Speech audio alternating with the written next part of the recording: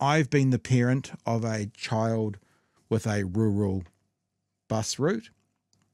Rural groups concerned over cancellation review of rural school bus routes. And Chewy, you know how you're not supposed to, what's the old saying? Shit in your own swamp or something, whatever that is. Federated farmers are not happy. Now, the reason I know a little bit about this was when I lived in Auckland, we lived out in a part of Auckland called Huia. Now, it's not technically rural. It's not, cows and stuff, but there was no bus service out there.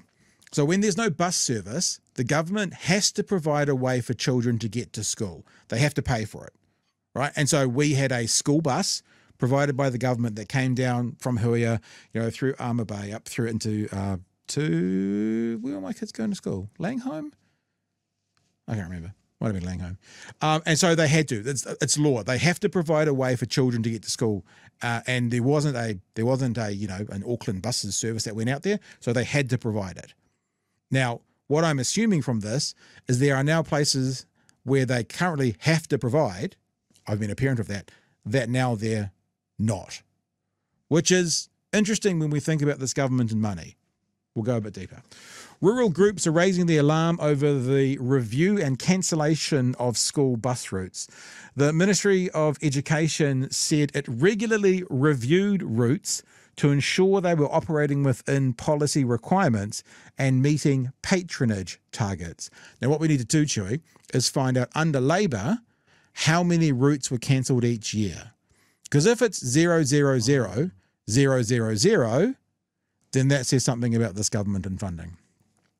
Ministry Group Manager of School Transport, James Meffin, said the primary responsibility for transporting children to and from school rests with their caregivers. However, the ministry may be able to help where distance or accessibility may be a barrier for students. To be eligible to receive ministry-funded school transport assistance, there must be 8 or more students using the bus. Students must attend their local, state, or state-integrated school and must live within a certain distance from the school. I remember when our kids did it, I think you couldn't live within 3 k's of the school. So in other words, even though there was no bus going down that, if they basically said, if you're within 3 k's, parents can handle it. If you're 5, 6, 7 k's away, we'll provide, paid for the bus for it. That was the ruling that we used to do. Here we go. Federated Farmers is trying to save more rural routes from being scrapped, coming up with a list of solutions it has sent to the government. Rural education. I wonder if any of those are like, we could cut out those tax cuts and landlord reimbursements. That could be, just get rid of that. Rural education spokesperson Toby Willis said they had been hearing from members who were really concerned about cuts. Williams said the government needed to immediately review eligibility criteria. For example, at the moment, you need to have a minimum of 8 children catching the bus from an area for it to carry on running. But we think that should be lowered to 4. You wouldn't expect a full bus for 4, but, maybe that means they can be provided vans, like a high-ace van would be their bus. That would keep more bus routes available and reflect better the realities of rural New Zealand, where we do have smaller communities than in the past. That goes on. Like I said, Joe, it's a very little story. That's kind of the end of the information I've got. I'm intrigued by it, though, because in an era, this current government, where they are very much giving with one hand to a sector and taking away with the other.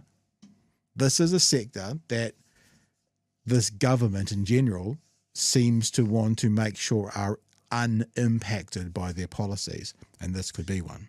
Any thoughts? The uncharitable part of me wants to go, see, you do need to help with something.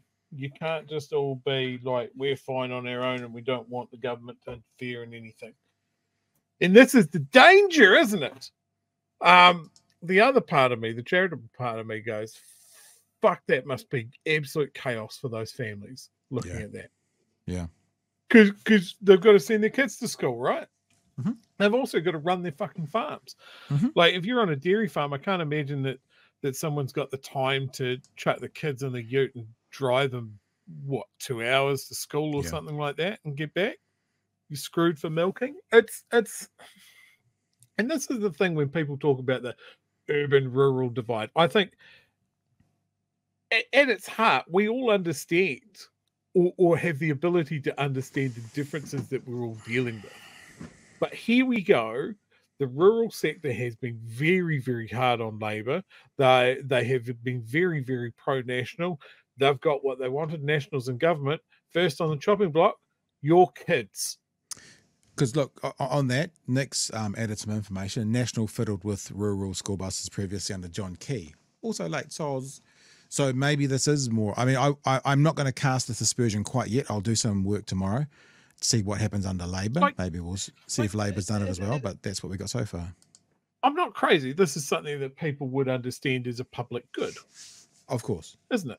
Getting kids, rural kids to school is a public good.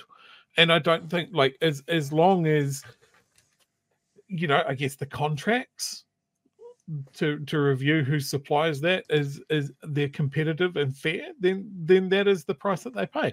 Is the answer that these rural schools get supplied a van and that they do the runs themselves?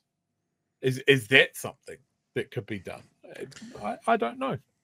I mean, I guess there is a part of that story I didn't go into talking about public-private partnerships. Of course there is. But yeah, I mean, I think that if you've got a public school system that's supposed to be free, it's not free. It's never free. I mean, but it's, you know, if a parent at a primary school, a state school said, I've got no money to pay, their kid would still get their education. They may not get all the field trips and stuff, but most primary schools will probably help out and make it. But if you're doing that, you also got to then help the kids get there. Look, this government's all about, you know, fewer children missing school, but at the same time making it harder for kids to get to school. How do we square that circle? That seems to be counterproductive, even if it is just 4 or 8 or whatever. Because you could go into the private thing and go, well, do it, you know, if there's only 4 of you, then why don't you just do a parent carpool? You know, Johnny, you're on week 1, and Jamie, you're on week 2, and Sarah, you're on week 3. But I guess the thing is, it's a little bit like we talked about last week, Chewy. I'm not sure it was with you or with Emily, but the role of the charity. You know, the role of the charities come up to fulfill some of the things. Sorry, the role of governments come up to fulfill some of the things that charities and churches used to do. And if you fix the problem, I've probably told this story before, if you fix the problem, they won't. I worked with the guy at News Talk ZB who read news in the evening. And there's this thing, you'll know this, Chewy, called the DRR, the digital reel-to-reel. Remember in those old movies you'd see those big 2 reels spinning with a tape going? So that's the reel-to-reel. So they called it the digital reel-to-reel. It was only on the computer, you know, pretend reel-to-reel with imagery. And he'd record into that the news for the night, and it kept cocking up. In other words, the news would go out corrupted to a whole bunch of radio stations. And he could have fixed it, in other words, gone and manually changed them all, but he refused to. Because he knew as soon as he fixed it and made it work, they would do nothing to fix the problem. So he let it fail, and then they fixed it. So there's that element of it as well. You know, you have to let things fail. If you go fixing all the problems, then what's there a reason for government or institute or business or charity to fix the problem if you do?